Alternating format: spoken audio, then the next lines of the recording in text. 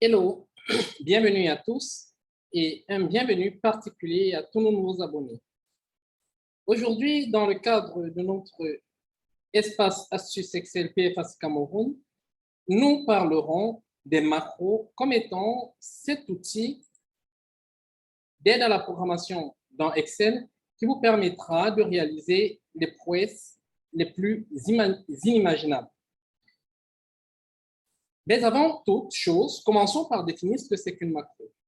De façon simple, nous pouvons définir une macro comme étant un outil de programmation intégré dans Excel qui nous permettra, par exemple, d'automatiser à travers un programme des tâches que nous réalisons de façon répétitive dans notre cadre professionnel. Imaginons un instant que nous avons bâti ce modèle de facture et que pour chaque client sélectionné et facturé, il nous soit demandé de pouvoir archiver le corps de la facture, c'est-à-dire de copier le corps de la facture, de la garder dans la base de données BDD East Vente, d'accord, pour que les données puissent être utilisées ultérieurement. Dans notre cas de figure, nous allons rapidement présenter de façon concrète ce qui nous est demandé. On demande par exemple d'avoir pour un client donné, lorsqu'il est facturé, voilà, comme ceci, un client donné est facturé par exemple là, il sera question pour nous d'imprimer cette facture, mais avant de pouvoir sélectionner les deux lignes du corps de la facture et de les ranger par un copier en valeur dans cette base de données.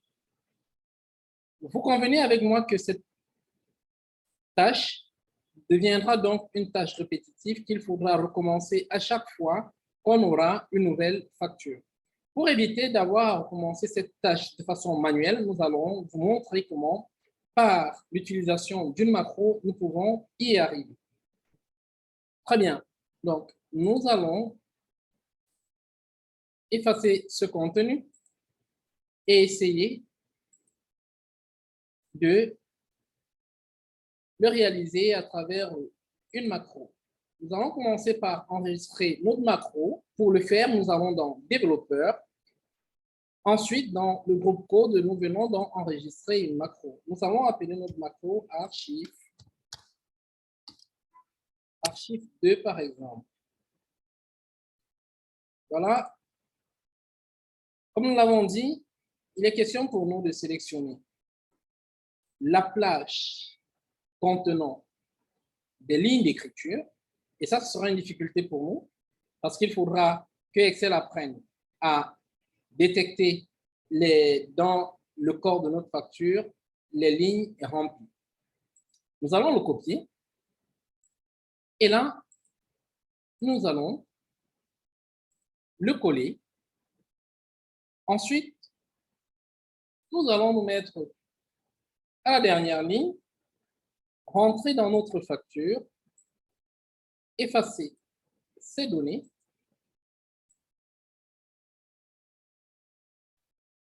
D'accord? Et nous repositionner là pour attendre un éventuel client. Très bien. Une fois ceci fait, nous allons arrêter l'enregistrement de notre macro et la consulter. Mais avant de la consulter, recommençons donc l'action en utilisant et enregistrons là en utilisant la macro. Pour le faire, je vais associer à ce bouton que nous avons déjà créé, affecter une macro. Et la macro, c'est archive 2. Je vais la mettre là. Donc, désormais, lorsque j'aurai cliqué sur le bouton, elle exécutera ma macro. Donc, là, nous avons le client 5. Travaillons avec le client 10 cette fois-ci. Et avec lui, disons par exemple, qu'il veut en termes de distribution 12, qu'il souhaite avoir en termes de composition, par exemple, voilà, composition 5. Prenons un dernier article qui peut être le mastering, disons 15, voilà. Ensuite, exécutons notre macro. Très bien. Allons voir donc ce qui s'est passé. On rentre dans BDD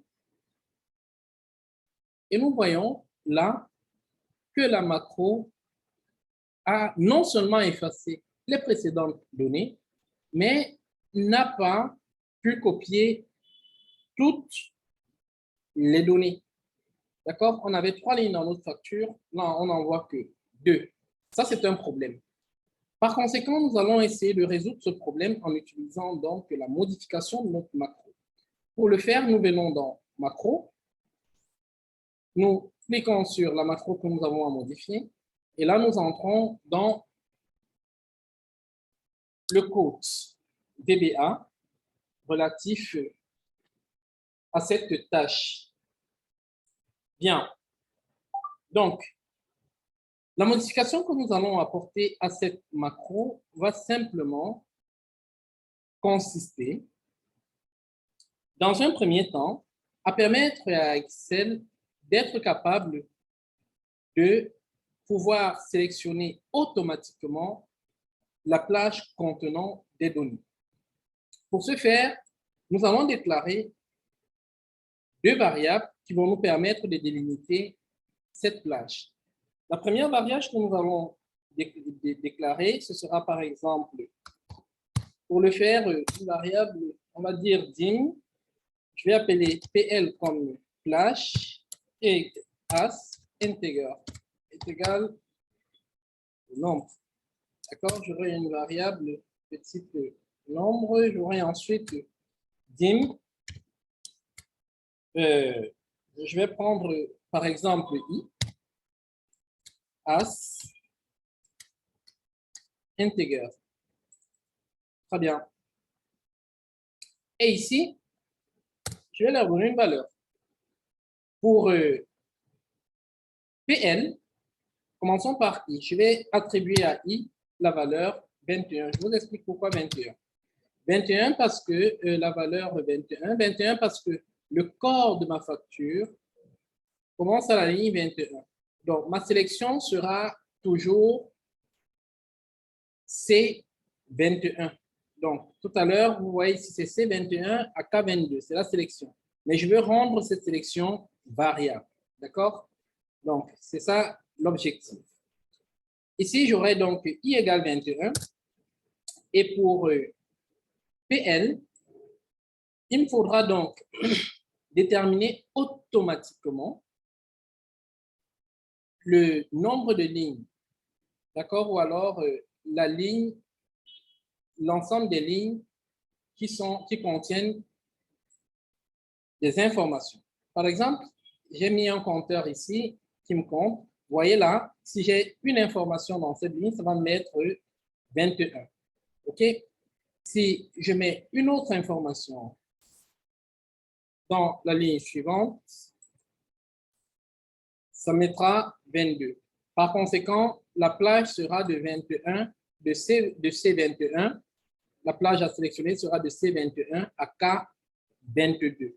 Donc, j'ai C21 et j'ai K22. Donc, à chaque fois, je vais prendre le K et que je vais associer à ce chiffre 22. C'est ce que nous allons donc essayer de faire dans notre code là. Nous allons donc dire que PL sera égal à range. On va se ranger dans la cellule X65. D'accord? Et là, dans cette cellule, nous allons récupérer la valeur, point value. Très bien. Donc, voilà ce que nous mettons dans PL. Range x35.value. Parfait. Donc, à partir de cet instant, vous voyez, dans notre code, le C21, nous allons en fait essayer de le reformuler. D'accord? Nous allons essayer de le reformuler. Et pour le reformuler, nous allons créer une autre variable que nous allons appeler la variable MapLash. Je vais donc déclarer une autre variable ici, dim MapLash,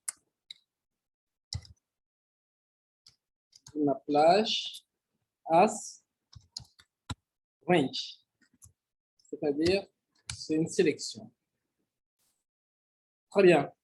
Donc, et je vais donc définir ce que j'entends par MapLash. Je vais dire, étant donné que c'est un élément que je veux mettre à jour de façon permanente, je vais utiliser cette MapLash,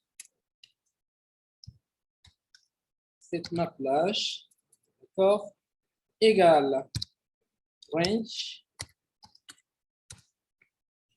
Je vais donc dire range, c'est, au lieu de mettre 21, je vais dire c'est et c'est la variable i.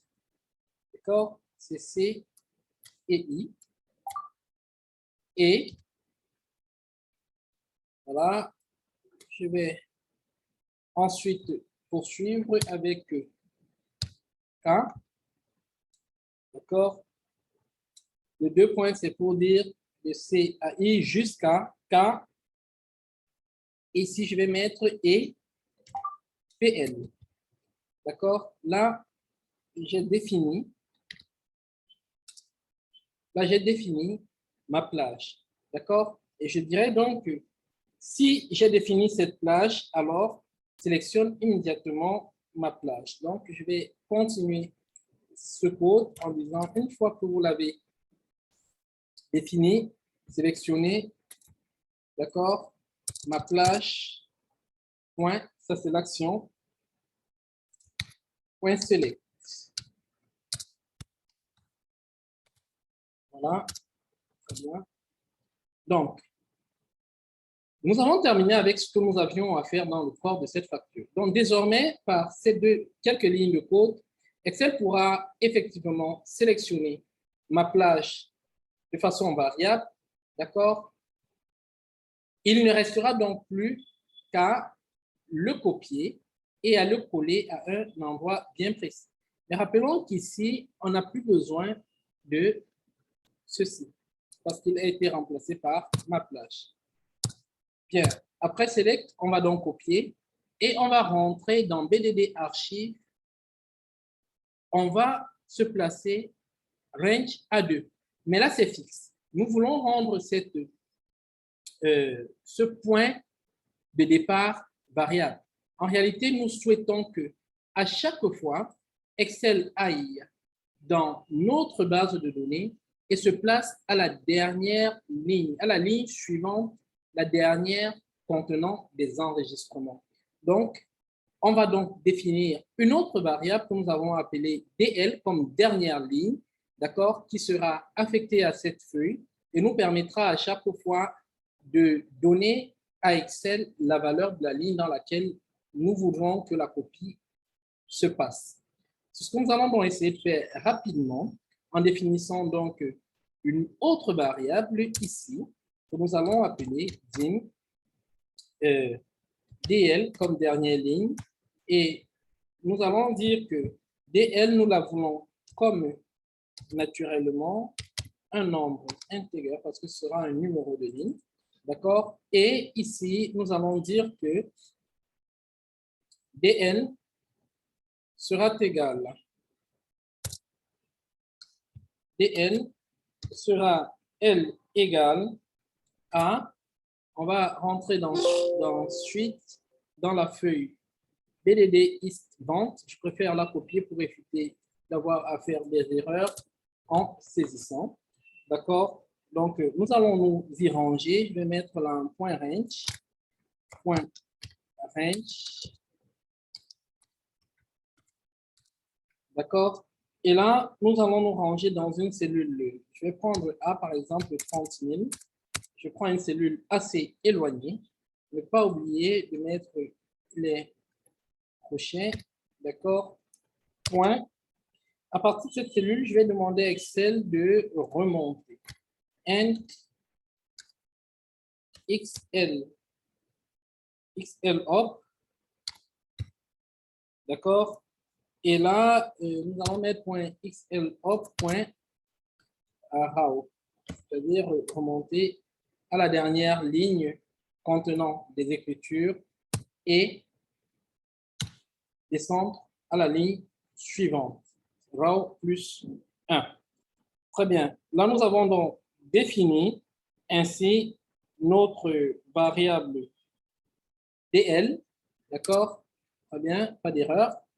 Et c'est donc DL que nous allons venir remplacer ici. On va mettre A là et DL. Point select. Et je crois que pour le reste, ce sera bon. Donc, nous avons dit oui, point select. Ensuite, on va copier. Bien. Ceci, on n'a pas besoin de revenir nous ranger ici. On va supprimer ça, c'est superflu. D'accord? Oui, et ensuite, on va rentrer dans notre facture. On va effacer les données, on va effacer les données. On va se positionner là. Donc, je crois que là, nous avons quelque chose de bon. Ce que nous allons faire, c'est essayer de voir si ça marche en prenant, par exemple, un client que nous allons appeler 5. Nous allons affecter ici 10 et là, 10 par exemple. Très bien. Donc, dans les 150 000, revenons ici, constater que notre dernière ligne, en fait, est à la ligne 3. Donc, activons donc notre macro. Voilà, et regardons. Très bien, ça marchait.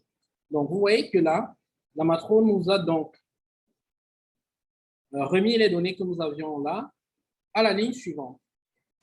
Donc, désormais, si nous sélectionnons un client que nous appelons par exemple le client 8, d'accord, à qui nous attribuons, par exemple, nous facturons par exemple cette première ligne, 42 pièces, nous prenons une autre ligne ici, composition par exemple 10 pièces, nous prenons là une autre ligne, string par exemple, nous prenons là 25 pièces, d'accord? Et nous décidons, ça fait 3 lignes sélectionnées, 3 lignes remplies.